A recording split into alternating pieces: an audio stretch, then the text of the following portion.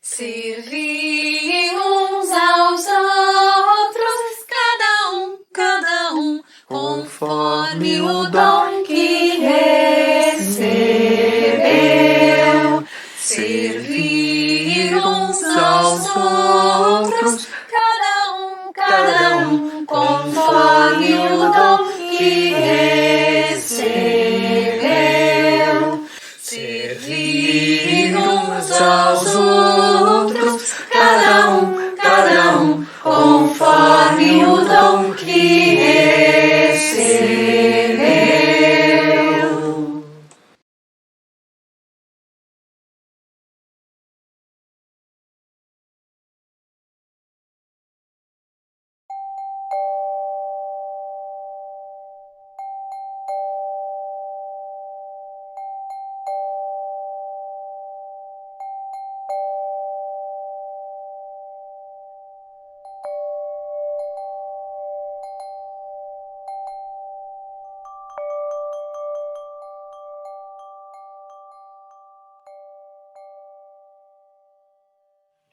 Olá, eu sou a Aline França, idealizadora do Seminário de Pedagogias Sociais, e venho, através desse vídeo, compartilhar com vocês um pouco das minhas intenções na criação do seminário e também quais têm sido as minhas práticas, tanto aqui na comunidade quanto fora dela, para que a gente possa realmente criar laços, e não nós, e tecer redes de apoio.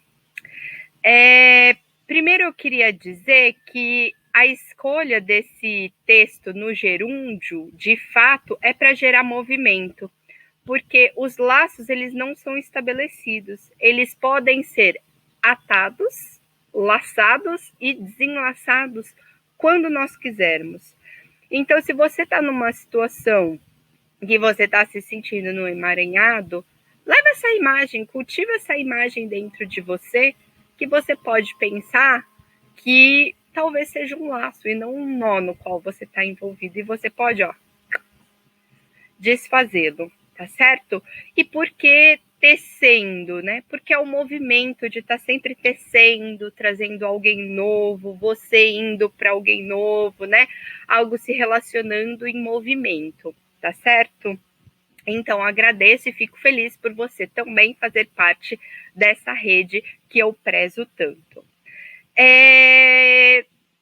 Essa questão, né, da temática, né, do Seminário de Pedagogias Sociais, ela nasceu com um intuito de mobilizar as pessoas para realizarem ações no mundo.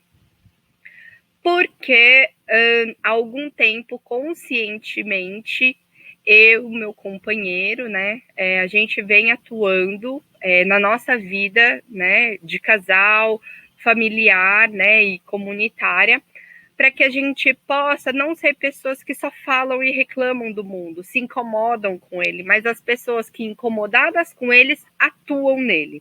Então, foi disso que eu encontrei pessoas afins para começar a realização do Seminário de Pedagogias Sociais.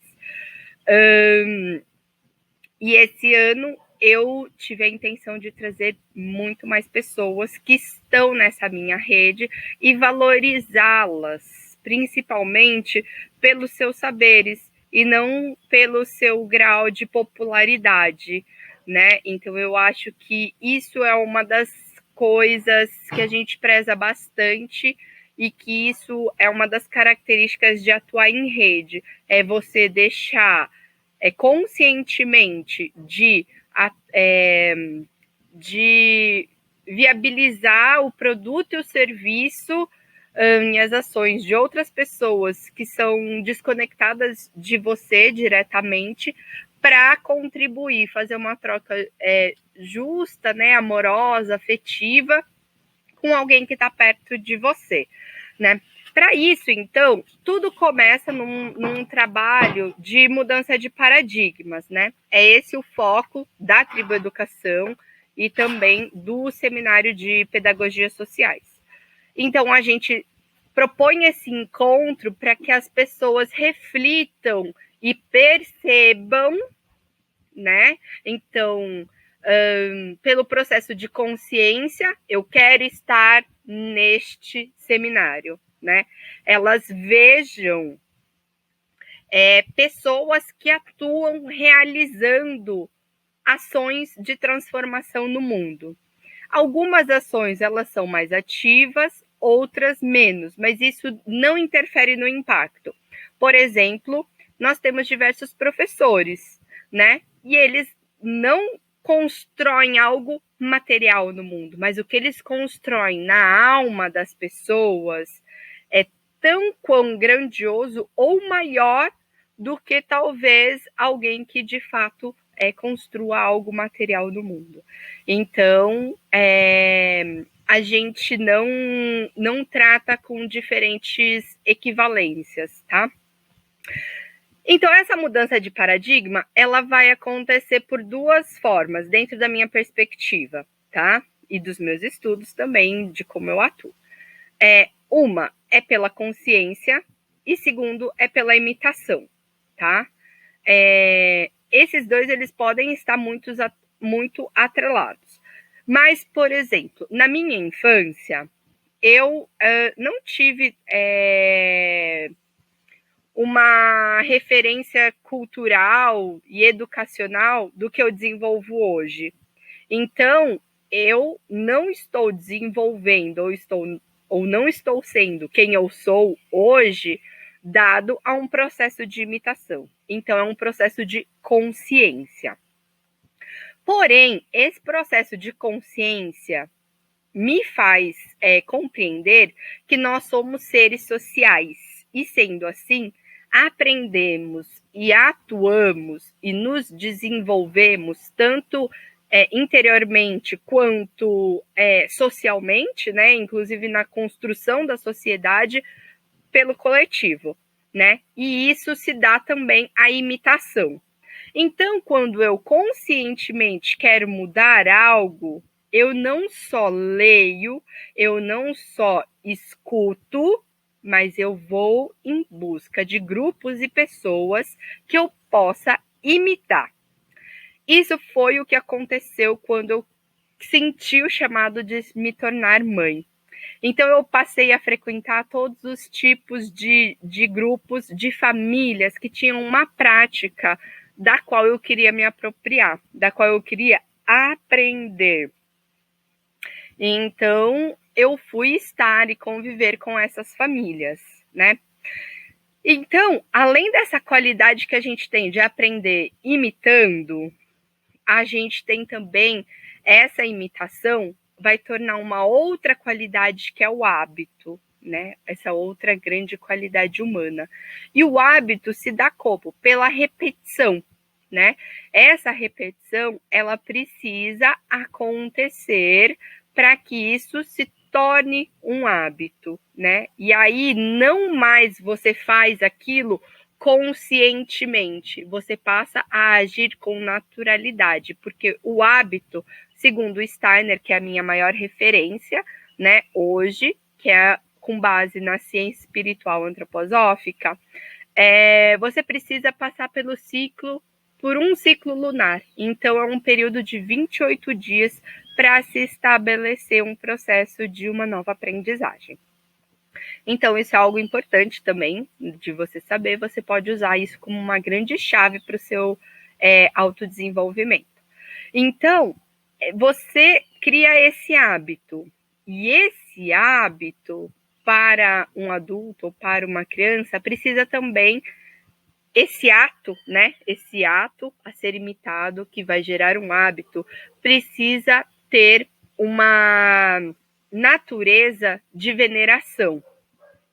E eu fiquei pensando como a gente pode explicar um pouco como fazer crescer em nós e também nas crianças esse ato de veneração.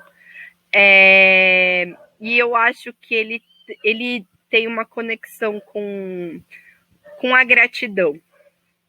Então, quanto mais eu passo a ser grato, né? Eu acho que assim, a sementinha é a gratidão, né? E dessa gratidão se torna a veneração.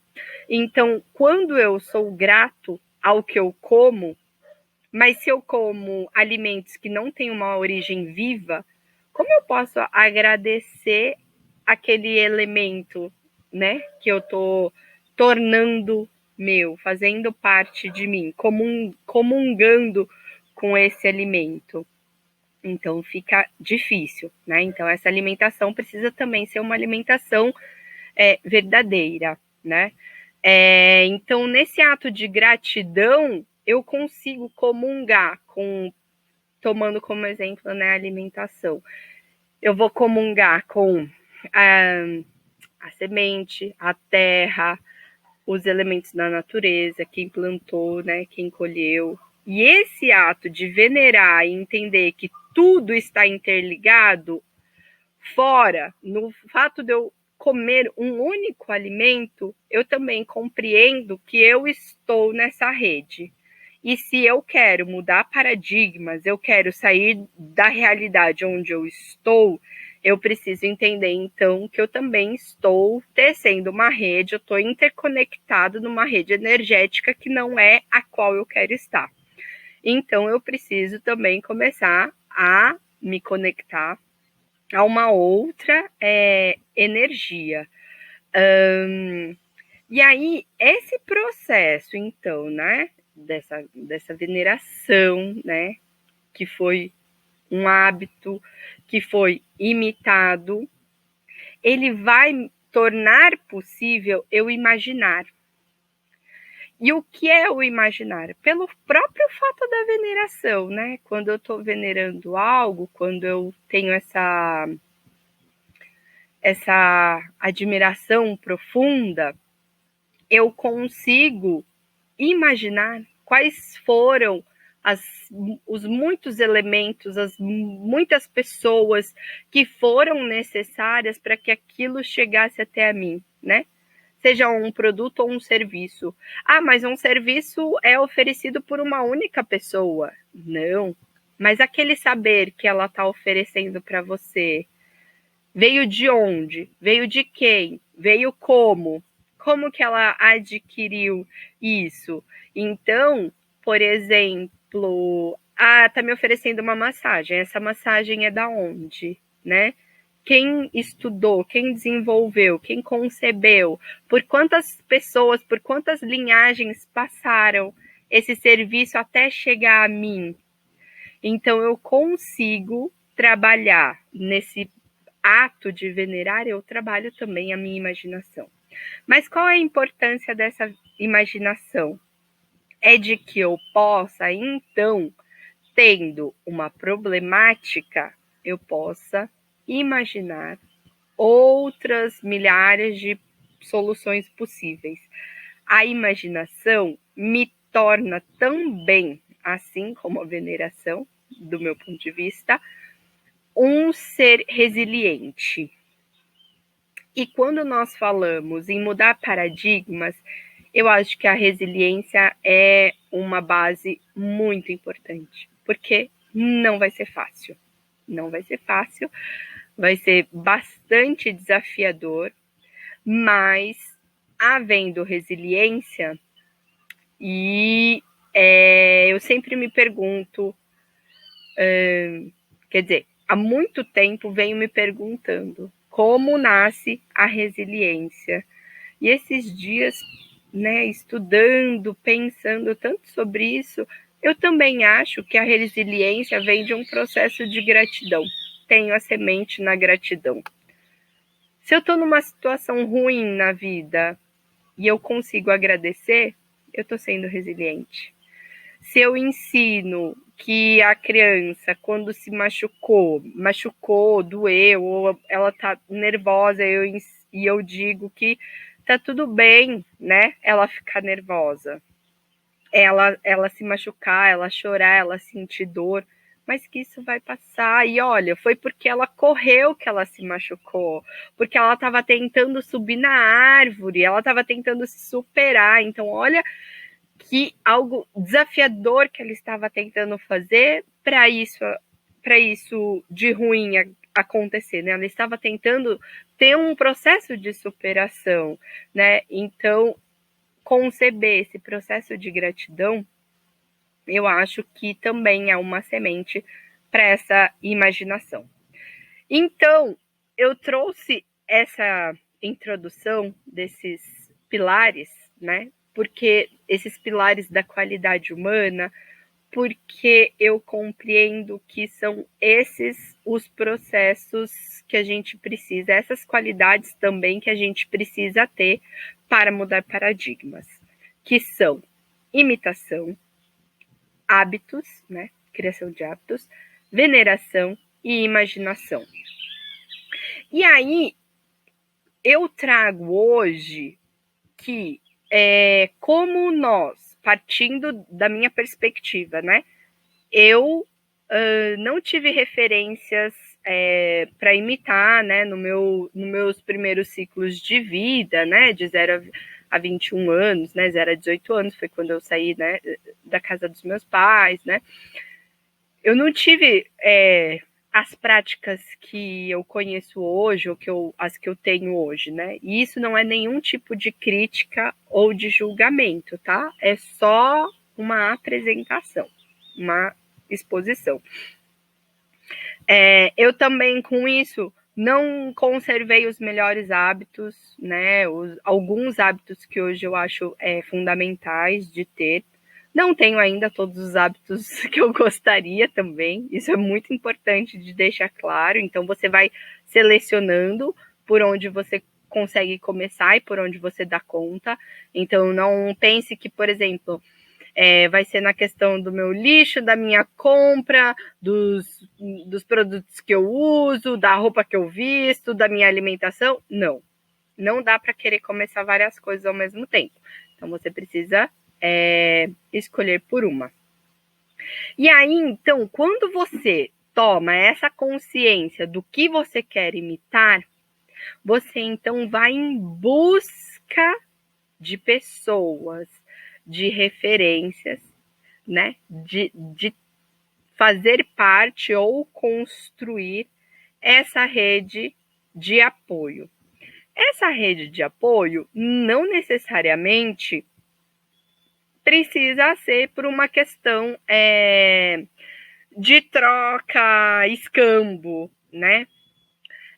A gente pode ter uma rede de apoio emocional, a gente pode ter uma rede de apoio educadora, a gente pode ir em busca de uma rede de apoio também, né, de trocas, né, de escambos de produtos por produtos, né, tudo mais. E aí, esse processo de estar, né, convivendo e aprendendo a imitar, dá essa condição para que então a gente crie esses novos hábitos e que a gente inicie então essa mudança paradigmática na nossa vida.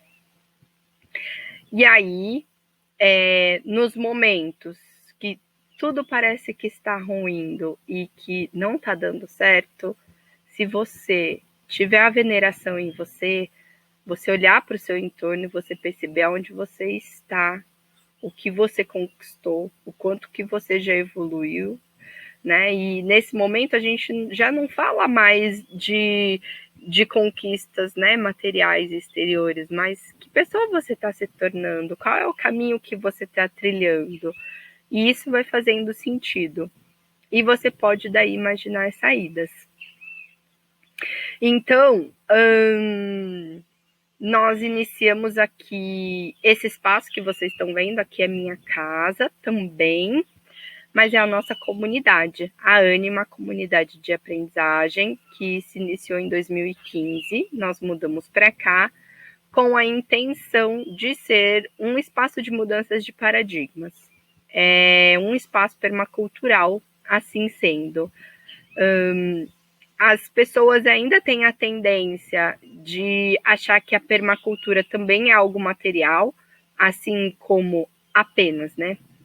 Tem a sua premissa material, então, assim como em muitas coisas na vida, né? As pessoas ainda são extremamente materialistas, Então, quando você fala num espaço permacultural, das primeiras coisas que as pessoas perguntam é: vocês têm uma casa bioconstruída? E eu mostro aqui atrás que não. Porque quando a gente mudou para cá, já tinham casas construídas. Então, não fazia sentido negar, né? Renegar o que alguém já se dedicou a construir, aos materiais daquela casa, né, de todo esse processo de veneração. Então, nós fizemos uso das construções que já tinham e fomos criando coisas imateriais. Então, a gente foi oferecendo projetos sociais, ações, tanto aqui no nosso espaço, na nossa comunidade, em parceria com a gestão pública, em parceria com empresas privadas, tanto aqui em Araçoiaba quanto em Sorocaba. Então, nós buscamos nos mostrar primeiro, né? Porque eu falava para as pessoas, né? Vamos fazer tal coisa, vamos participar. E eu sentia que as pessoas não tinham coragem de vir até nós. Então a gente foi primeiro, a gente construiu essa ponte para fora, a gente construiu, na verdade, essa ponte até as pessoas, para as pessoas saberem cruzar esse caminho de volta. Então, isso é um outro movimento muito grande, muito importante de se fazer, com um trabalho de rede, né, e de criação de vínculos. Então, você precisa criar vínculo com as pessoas. Mas o vínculo, de fato, não se dá. Você pode ter um super conteúdo, ou você saber várias coisas, mas se você não está vinculado, se você não foi até as pessoas, dificilmente elas virão até você. Então, é preciso construir esse vínculo, né? Se mostrar, estar junto com as pessoas, principalmente quando você fala de processos educadores, né? Então, você precisa estar com as pessoas para as pessoas também te conhecerem. Não importa quão maravilhoso seja a sua proposta, se elas não te conhecem de fato, se elas não tocaram assim, né, a sua essência, saber quem você é, se você é uma pessoa digna de ser imitada, elas não vão querer estar com você, simplesmente porque elas não te conhecem, não sabem quem você é, desculpa. Então, a gente constrói, né, esse vínculo e a gente coloca o nosso espaço à disposição para que essa prática de pessoas que às vezes que estão dentro das suas rotinas na cidade, ainda na sua rotina muito capitalizada também, venham para cá ou acompanhem um pouco do que a gente desenvolve para pensar e perceber que é possível tecer novas redes, né, mudar essa energia e se conectar, né, a outras realidades, né, e então a gente chega lá no começo dessa conversa, cria o seminário para mostrar isso também, né, o seminário que a gente quer mostrar o que é pedagogia social. E basicamente a pedagogia social é ser humano. É fácil definir o ser humano? Não. Mas quais são as diversas áreas por qual o ser humano transita? Então, são todas essas áreas que a gente tem a possibilidade e a necessidade de aprender segundo o nosso interesse e o quanto nós somos afetados. Então, esse processo de aprendizagem vem por um interesse, que esse interesse é um interesse afetivo, né? Eu me interesso pelo que me afeta, pelo que me significa. Então, é muito importante que quando a gente fala de um seminário, que é um espaço educador, ou a gente fala de uma escola bioconstruída, aqui a gente fala de algo afetivo. a gente fala de coisas que a gente não consegue quantificar e a gente não consegue mostrar, a gente só consegue mostrar vendo e vivendo. Por isso que é muito importante para a gente mostrar o nosso dia a dia aqui, para as pessoas verem que o que elas sonham não é utópico, não é inacessível, mas também só vai poder ser realizado se as pessoas estiverem juntos, né? Se essa rede de apoio, de fato, ela acontecer. E quais são as características de uma rede de apoio, né? Então, as características são 3, e isso é importante para você saber lidar e articular com as pessoas. Esse princípio se chama trimembração do organismo social, que também é um conteúdo desenvolvido por Steiner e é a base do desenvolvimento de qualquer organismo, ação antroposófica, que é basicamente a área cultural, a jurídica e a econômica, né? A cultural, entenda-se não só pela produção de cultura material, mas o processo de educação é um processo cultural, né? A religião é uma característica cultural. Então, a cultura também no seu mais amplo prisma, tá? O âmbito jurídico que tem como base, né, a equidade social, né, que também faz uma conexão com a econômica, né, e a jurídica também em relação às leis. Mas essas leis precisam ter essa base na equidade social, porque a lei, ela é extremamente importante e necessária, mas ela pode sim ter diferentes aplicabilidades. Por exemplo, quando eu coloco talvez uma regra que é preciso fazer uma doação. Um exemplo. É preciso todo mundo que participa desse grupo fazer uma doação. A doação pode ser financeira, a doação pode ser de conhecimento e a doação pode ser de serviço ou produto, né? Então, algo que eu faço, ou uma consultoria, né, que eu dou, um saber meu. E tudo isso vai sempre se dividir nessas 3 características. Então, é importante eu procurar acessar ou ir tecendo uma rede onde eu tenha esses diferentes atores, que parte do princípio de que eu serei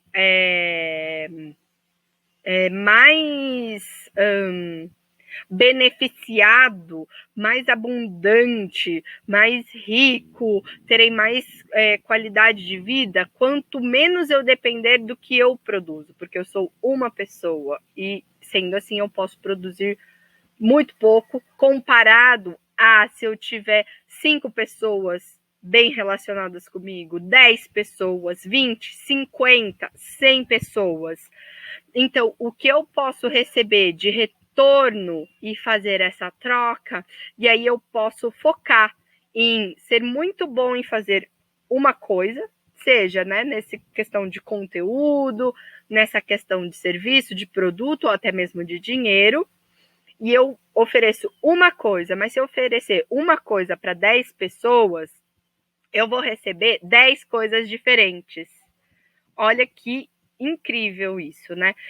Então, a intenção também dessa aprendizagem, para mim, é de que por muitos anos eu fiquei me auto-boicotando, eu chamo assim, porque eu tinha planos, ideias maravilhosas, mas elas eram tão maravilhosas que eu não conseguia nem planejá-las tanto, de tão grandiosas e maravilhosas e espetaculosas que elas eram. E quantas delas aconteceram? Nenhuma. Porque eu queria ter tudo, fazer tudo, não necessariamente eu, mas eu queria, né, ter todas as coisas. Só que qual é a sabedoria da natureza? Uma árvore, uma mangueira que está aqui atrás, olha como elas são enormes, gigantes, dão milhares e milhares de frutos. Elas foram uma única semente. Então, se eu focar em ser uma boa semente e brotar só uma mangueira, olha quantos frutos eu posso dar para a terra, para o mundo. Compreende? Então eu não preciso querer planejar tudo. A mangueira, ela pensou quantos frutos ela ia produzir, quanto tempo ela ia viver e que ela ia precisar. Não, ela só nasceu e foi vivendo. E daí ela sentia que para cá a terra estava muito dura, então ela achou melhor a raiz crescer mais para cá. E assim, e ali tinha uma árvore, então ela foi trazendo a copa mais para cá. Ela foi se adaptando conforme a realidade. Então, planejar é necessário? Sim, bastante. Mas viver, realizar é tão importante quanto planejar. Então, um belo dia, quando eu compreendi isso, eu falei assim: ideal, você é incrível, mas você só me frustra e você não é um amigo legal. Então eu não quero mais ter você como meu amigo. Ideal, tchau e benção. Então eu parei de ficar idealizando e eu passei então a realizar, porque além de me frustrar, me gerava muita ansiedade. Eu ficava num estado assim interior muito ruim. Então, de fato, eu parei um pouco de planejar. Até mesmo porque eu, particularmente, não sou muito boa nisso. Eu sou boa em articular, em tecer redes, eu sou boa em fazer pontes, em auxiliar as pessoas. Eu tenho esse olhar e essa atuação sistêmica. Inclusive, eu sou uma pessoa multifocal, né? Eu não sou unifocal. Nem sei se essa palavra existe, mas enfim. E aí existem pessoas que têm esse perfil e que são necessárias dentro de um projeto, dentro de uma proposta. Por isso que é importante a gente pensar em ter pelo menos esses 3 perfis dentro de um grupo para atuar. Ah, eu posso ser o proprietário da minha... Pode ser. Mas, por exemplo, eu empreendo também, né? Então, o quanto que eu tenho que trabalhar para eu saber e fazer tudo, né? Sendo que quando eu atuo em rede, eu preciso muito menos, porque daí, né, eu faço essas trocas, valorizo o outro e fica muito mais saudável, tanto para a saúde psíquica minha, mas fica saudável para o que acaba acontecendo, realizando, né? Então, isso de ir em busca, né, das pessoas e se fortalecendo, né, e tendo essa clareza, né, de que, voltando lá para a trimembração, né, eu tenho pessoas que vão fazer diferentes doações, diferentes contribuições, né, eu também tenho diferentes interesses dentro desse grupo. Então, se eu pensar em oferecer algo que seja também um pouco diversificado, né, dentro do que eu quero oferecer, isso também vai ser um pouco melhor de acessar as pessoas, né? E aí nós estamos agora nessa perspectiva, né, de realizar o 3º seminário, que em 2018 foi com a presença da UT, do Paulo Vicente, da Adriana, da Fátima Cardoso e da Carly da Luísa, falando sobre as pedagogias sociais antroposóficas. Pedagogia curativa, pedagogia de emergência, pedagogia Waldorf e a pedagogia social. E aí nós fizemos o que nesse primeiro ano? Nós fizemos toda a transparência. Não, que no outro ano não fez, mas porque nós deixamos tudo muito claro. A gente mostrou o perfil das pessoas, a gente teve pessoas de 11 municípios diferentes no primeiro seminário,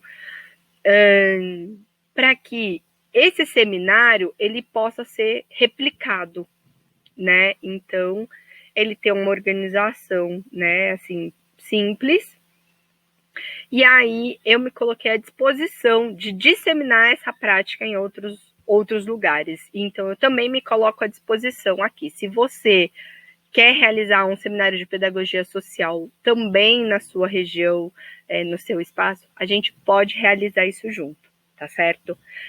Em 2019, foi ano passado, nós fizemos daí uma jornada. O seminário foi uma jornada. Teve um primeiro encontro, uma conferência de abertura com a Uti Kramer, com a Sônia Vicente Teixeira e a doutora Elaine Marasca. E depois, desculpa, nós tivemos 4 encontros de aprofundamento falando sobre o aprender, o brincar, o comer e o dormir, que é o ABCD encantado da infância.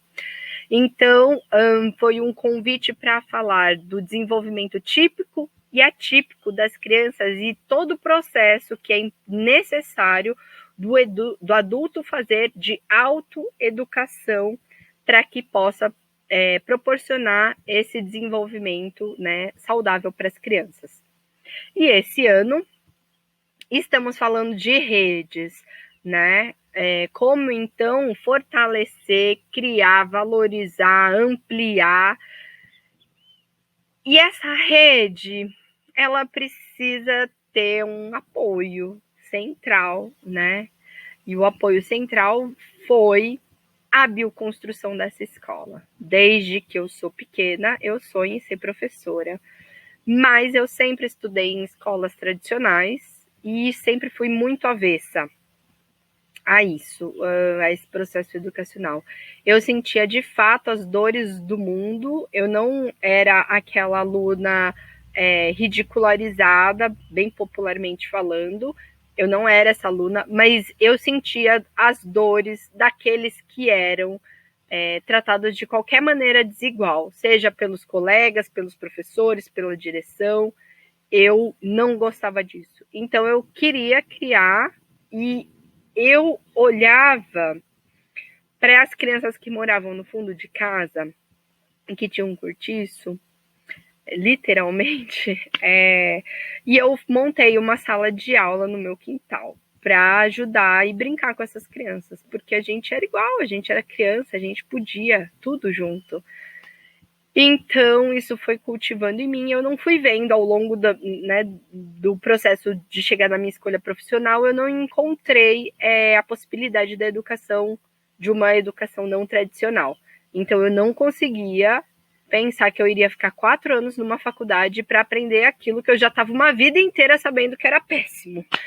Então, eu não fiz pedagogia, eu escolhi, por muita alegria, honra e gratidão, eu escolhi fazer lazer e indústria do entretenimento. Sim, essa formação existe. E me formei, então, uma animadora cultural. Trabalhei em diferentes espaços. Depois, entendendo que o brincar era extremamente terapêutico, fiz psicopedagogia. Fiz uma formação também de mais 4 anos em pedagogia curativa, que é um olhar inclusivo, né, terapêutico, inclusivo não como de pegar alguém, né, e incluir, não, mas entender que as pessoas atípicas, elas fazem parte, assim como cada um de nós já é um ser diverso e que tem as suas particularidades e que precisa se sentir parte desse mundo.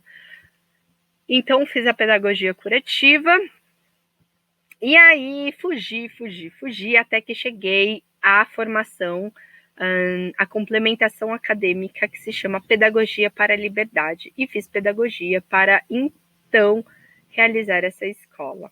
Porque também algumas coisas você precisa assumir que você tem que realizar na sua vida. Por mais que você tenha uma linda rede de apoio, você precisa assumir que alguns sonhos só você pode realizar na sua vida. Então, conseguir encontrar uma pedagogia que atendesse esses meus anseios foi uma formação extremamente curativa, principalmente no campo da matemática. Foi incrível. Então, agora habilitada pedagoga, né, já tendo uma vastidão de experiência, que a maternidade, nossa, me deixou ainda mais potente, né? Eu posso, então, construir, ser responsável e construir com o apoio dessa rede maravilhosa esse espaço educador, que eu acredito ser extremamente necessário para esse território onde eu vivo. O território aqui chama Araçoiabinha, na cidade de Araçoiaba da Serra, e é um território que está sempre entre os 3 primeiros índices de vulnerabilidade social do município. E também, nessa mesma região, tem os maiores condomínios, né, de alto padrão do município. Então, olha que lindo poder fazer essa ponte nesse território. E tenho esse espaço maravilhoso. É um sítio com 20 mil metros quadrados, que a gente tem muita natureza. E eu aprendi já muito aqui sobre a natureza não só ambiental, mas a natureza humana, convivendo e observando, né, e vivendo tudo isso. Então, eu penso que eu tenho a certeza de que essa daqui é a melhor sala de aula que eu posso oferecer para qualquer criança e para qualquer família. Porque se a família não estiver junto, a criança não aprende. A família toda tem que aprender e se desenvolver. Lembra? Porque eu preciso mudar paradigmas, mudar padrões. E se eu não trago os adultos para esse processo educador, eu também não consigo potencializar muitas mudanças, um ambiente muito diferente para a criança. Ela vai ter isso 4 horas por dia, 6, 8, mas ela tem todo um tempo, né, com a família, uma herança também, uma ancestralidade que também reverbera, né, nessa criança. Então é importante que a família toda queira fazer esse processo de cura e desenvolvimento. Acredito que eu tenha contribuído com vocês. Vou deixar alguns livros de aprofundamento, de estudos, e quero ficar à disposição para vocês conversarem comigo, quererem fazer parte dessa rede de fato, né? E que queiram também vir para cá, bioconstruir, realizar os sonhos que vocês nascerão para nascer, né? Para fazer nesse mundo acontecer. E que foi dessa grande dor e dessa grande sensação de talvez não me sentir muito parte desse mundo que nasceu a Tribo Educação, que nasceu a Ânima Comunidade de Aprendizagem, para eu criar e fortalecer sempre essa rede de pessoas que falam uma outra língua, uma língua do coração, né? Uma tribo que não é uma aldeia. Você não precisa estar aqui para fazer parte. Você pode ser parte estando onde você estiver. Então, se você sentiu esse chamado de ser parte dessa comunidade, de ser parte dessa escola, desse espaço educador, se você quer contribuir de qualquer forma, esse convite está feito. Você já faz parte dessa rede. Agora você só precisa tomar a sua parte. E fico ansiosamente esperando para saber qual pode ser a sua possibilidade e saber o que mais é possível a gente criar nesse ambiente e nesse mundo maravilhoso, tá bom? Agradeço muito, muito, muito, muito a atenção e a sua presença nesse seminário. Que seja tão curativo para você e tão cheio de aprendizagens para você, como está sendo para mim. E que a gente possa, de fato, realmente criar o mundo que nós queremos viver. Tá bom? Gratidão. Até mais. Boa jornada!